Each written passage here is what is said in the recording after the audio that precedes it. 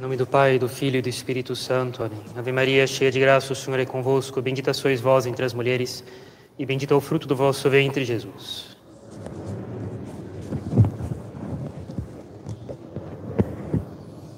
Nossa Senhora das Dores.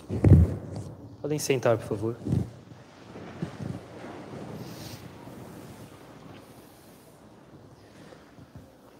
Mas, sobretudo, tende ardente amor uns para com os outros.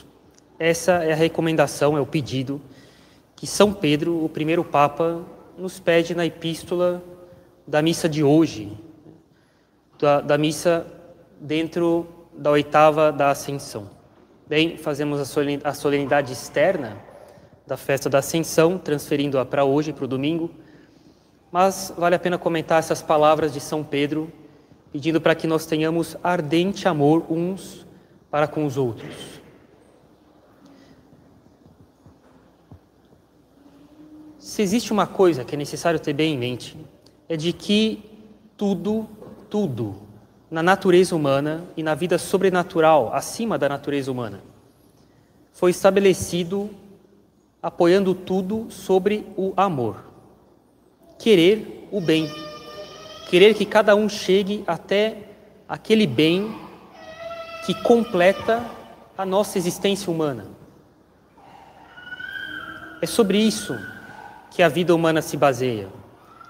Toda a nossa vida, se ela pretende ser unida, se ela pretende não ser uma colcha de retalhos, de atos desconexos, de atos entusiasmados, mas que não tem unidade.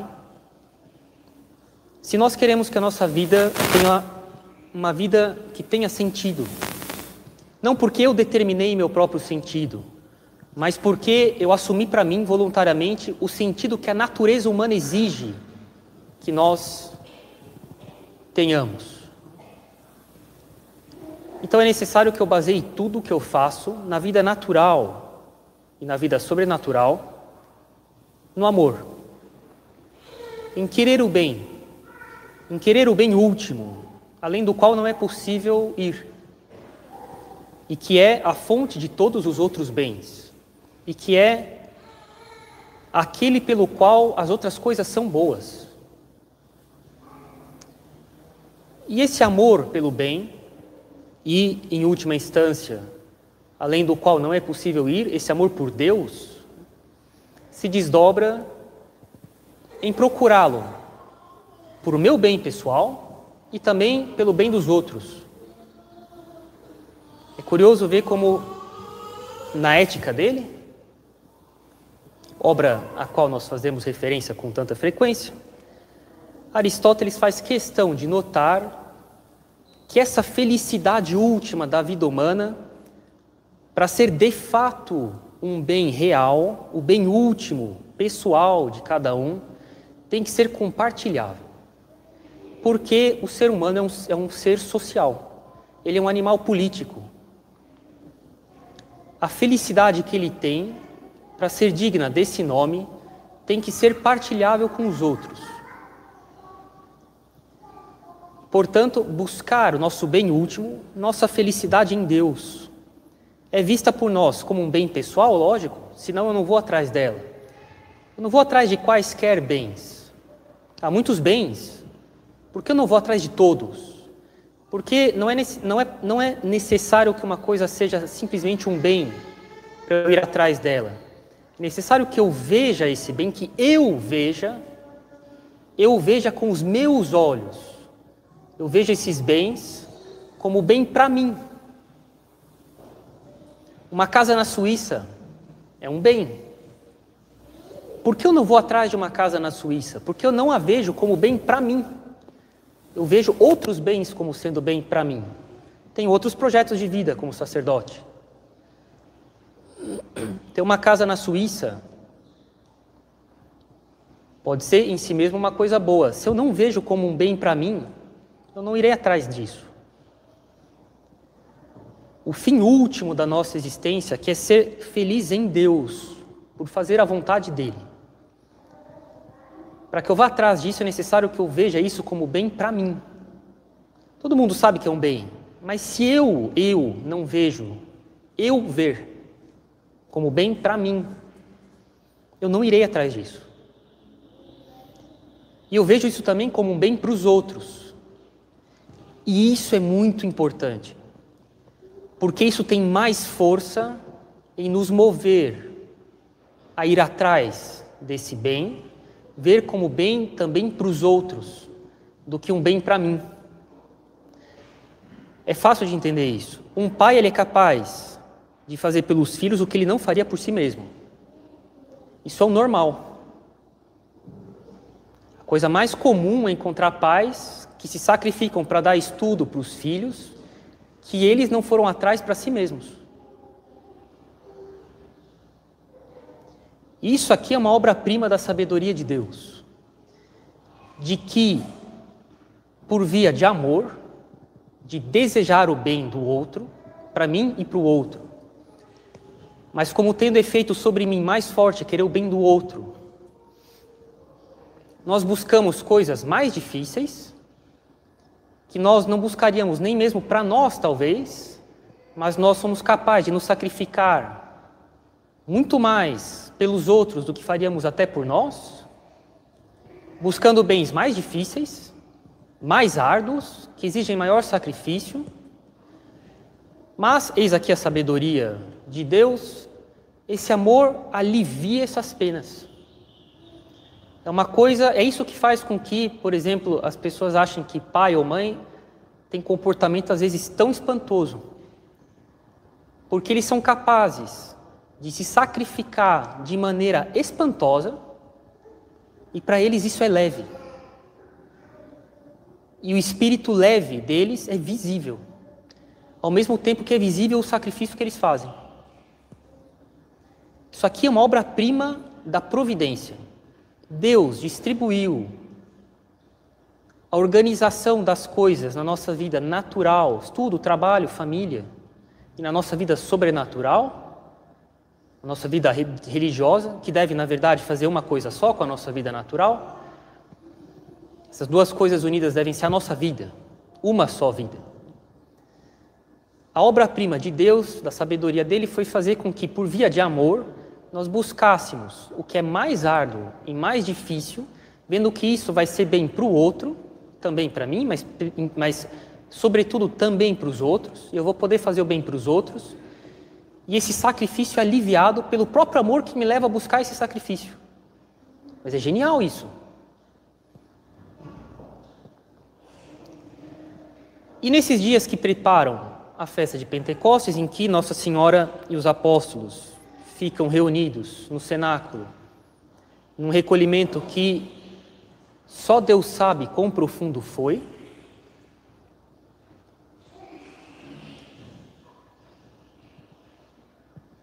é que nós vemos de maneira extraordinária Deus prepará-los para que, ao receberem uma ação única e excepcional em toda a história do mundo, no dia de Pentecostes, né, do Espírito Santo sobre eles, o Espírito Santo que é o amor de Deus. E nós vamos ver a partir daí os apóstolos fazerem, pelo bem das outras almas, também da deles, mas sobretudo pelo zelo das outras almas, deles fazerem coisas extraordinariamente difíceis pelo bem das outras almas, isso será leve para eles.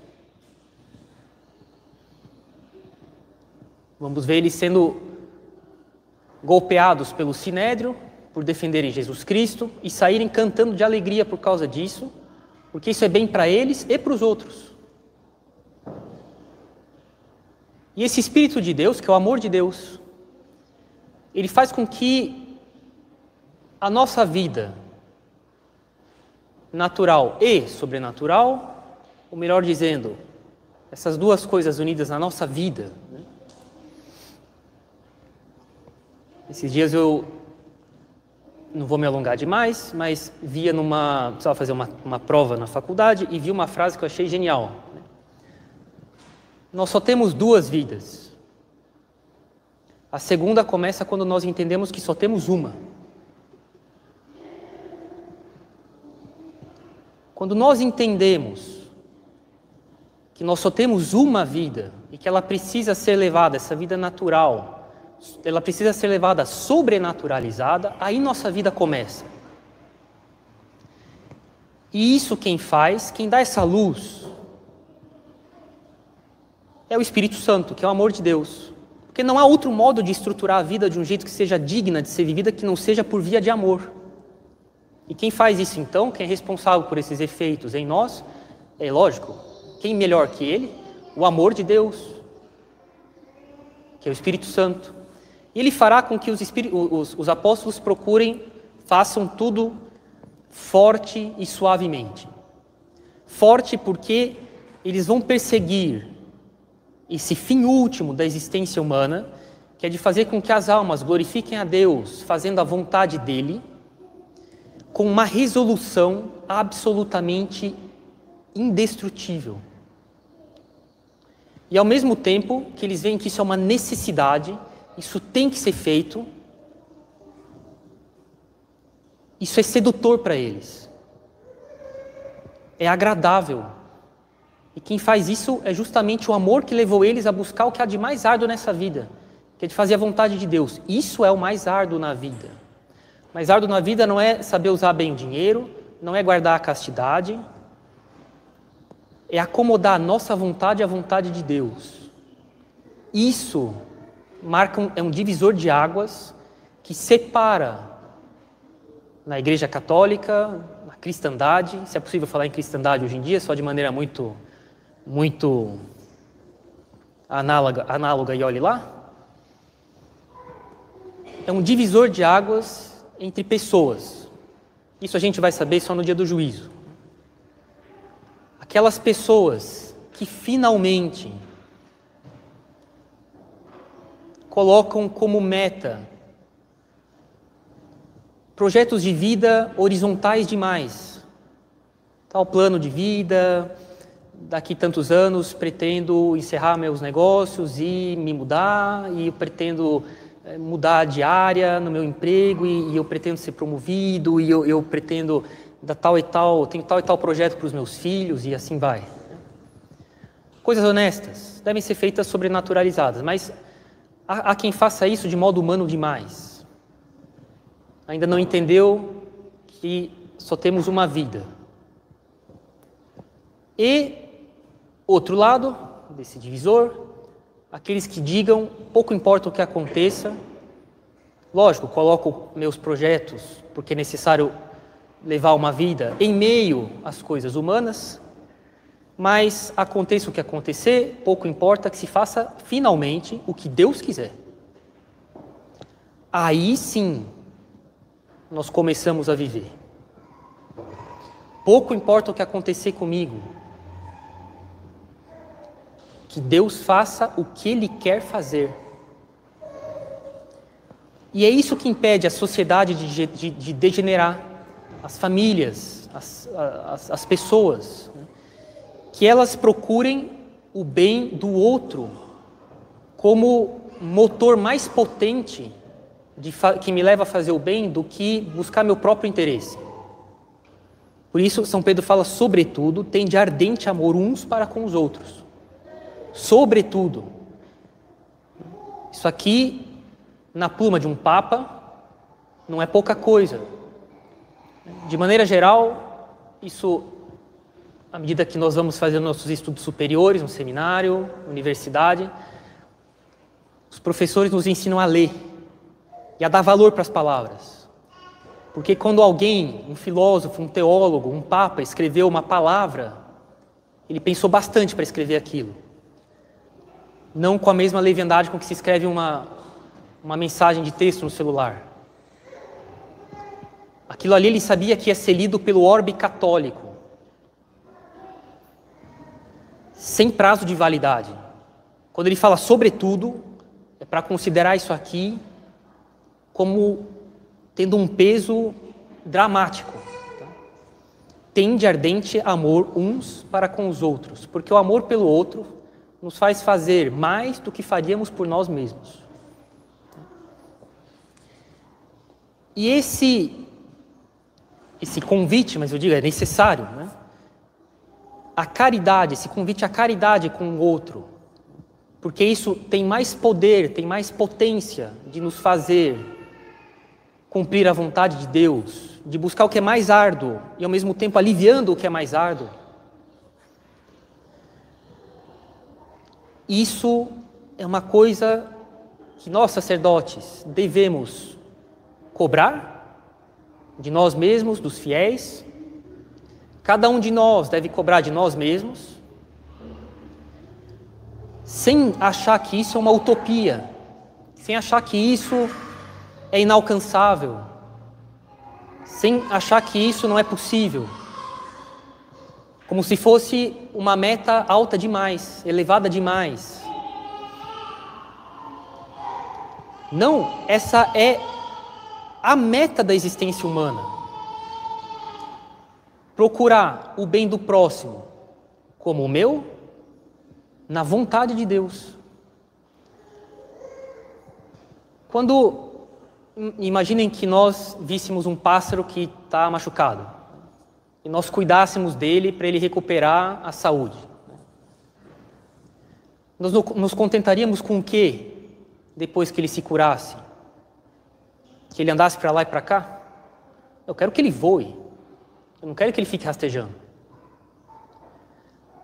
Quando a natureza humana é feita para a contemplação da verdade na vida virtuosa e por benevolência gratuita e extrema de Deus, isso é ordenado à visão da essência de Deus no céu, além do qual não é possível ir para uma criatura, é isso que eu quero quando eu ajudo alguém, quando eu quero o bem de alguém. Eu não quero que a pessoa fique rastejando. E essa deve ser uma cobrança serena, uma cobrança com bom espírito, né? Com força e suavidade de nós sobre nós mesmos. Quando nós fazemos isso, aí nós entendemos que nós só temos uma vida e que é isso que nós devemos fazer dela.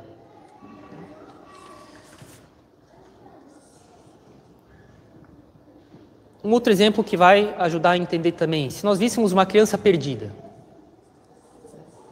e nós a encontrássemos andando na rua, chorando, perdida, ela não sabe onde está. Mas a primeira coisa que nós tentamos fazer é conquistar a confiança dela por um pouco de bondade.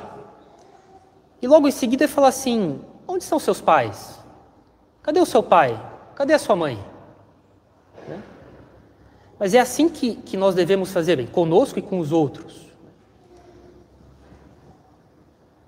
Fazer com que a intenção de cada um não se limite às coisas triviais dessa vida, mas que a gente pergunte, cadê o seu Deus? Cadê o seu Pai que está nos céus? Cadê sua mãe, que é Nossa Senhora? Você não quer voltar para eles? Vamos voltar para eles? Fazer cada coisa, as coisas mais comuns do dia a dia. A mamadeira que eu faço pelo meu filho, o lanche que eu faço para levar na escola, o puxão de orelha que eu dou por causa das negligências dele. Eu sei o que é isso. Porque ele não quer estudar, fica enrolando. Né? Porque ele não quer comer, porque ele não quer estudar. Ou então, uma festa de aniversário, um almoço melhor no domingo, num dia de festa. Que eu faça isso por consideração a Deus. É tão simples de entender, mas isso, se é levado até as últimas consequências, sobretudo, né? Amai-vos uns aos outros, sobretudo, isso é o ápice da vida humana. Fazer essas coisas por consideração à vontade de Deus.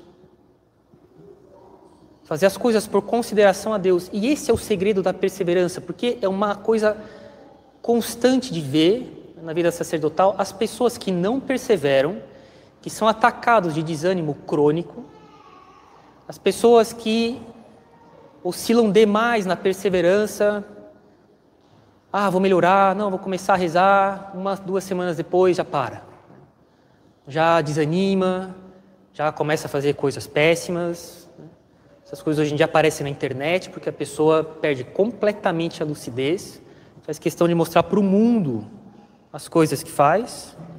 Na minha época de criança, o que eu mais via era os colegas todos implorarem para os pais não saberem. Agora sim é publicado pelos 4 cantos do mundo, né? Depois vai apagar, apaga sim, né? Uma vez colocado na internet, não apaga mais. Pensem bem nisso. Pôs uma coisa na internet, não apaga mais. Não tem mais como tirar de lá de um jeito ou de outro. O segredo, e a pessoa depois se arrepende, volta a melhorar por um tempo e a pessoa oscila. É porque falta verdadeiro espírito de sacrifício para usar as qualidades que Deus tem para o bem do outro. Porque isso é um motor muito mais potente do que o nosso próprio interesse. Por mais que seja um interesse honesto. Por mais que seja o meu interesse sobrenatural. Eu sou capaz de fazer pelo outro mais do que eu faria por mim. E é, portanto, uma constante que nós vejamos pessoas que progridem na vida espiritual, não digo assim como uma equação linear, né? Como um gráfico linear, que sobe sem nenhuma variação, não digo isso. Alguma variação tem, a vida espiritual não é tão simples assim. Mas que se a gente calcula a integral, é sempre positiva, né? No gráfico, a coisa vai progredindo, né? Na integralidade, a pessoa progride. É porque ela se sacrifica pelo bem dos outros. Isso, como eu disse, é um divisor de águas na vida espiritual. Pouco importa o meu interesse, vou fazer a vontade de Deus e, portanto, isso implica em usar minhas qualidades que Deus me deu para os outros. Isso aqui é um potente remédio contra a instabilidade na vida católica, contra o desânimo, porque nós vemos o bem do outro, é visível na frente dos nossos olhos. A gente sempre desconfia da nossa capacidade, com uma certa razão. Mas quando nós vemos os frutos nos outros, e os outros vêm nos agradecer, nós vemos os outros melhorarem, eu aliviei as penas dos outros, eu dei um norte para eles. Como isso é um potente fator de perseverança em que eu continue fazendo o bem. Que eu continue me instruindo para poder aconselhar os outros o dia que for necessário. Isso é um potente fator de perseverança. Que isso seja o nosso espírito. Nós compreendamos que nós só temos 2 vidas, e a segunda começa quando eu entendi que eu só tenho uma. E que essa vida consiste em sobrenaturalizar tudo que eu tenho fazendo a vontade de Deus, desdobrando as qualidades que Ele me deu, sobretudo pelo bem do outro, e isso é viver. Em nome do Pai, do Filho e do Espírito Santo. Amém.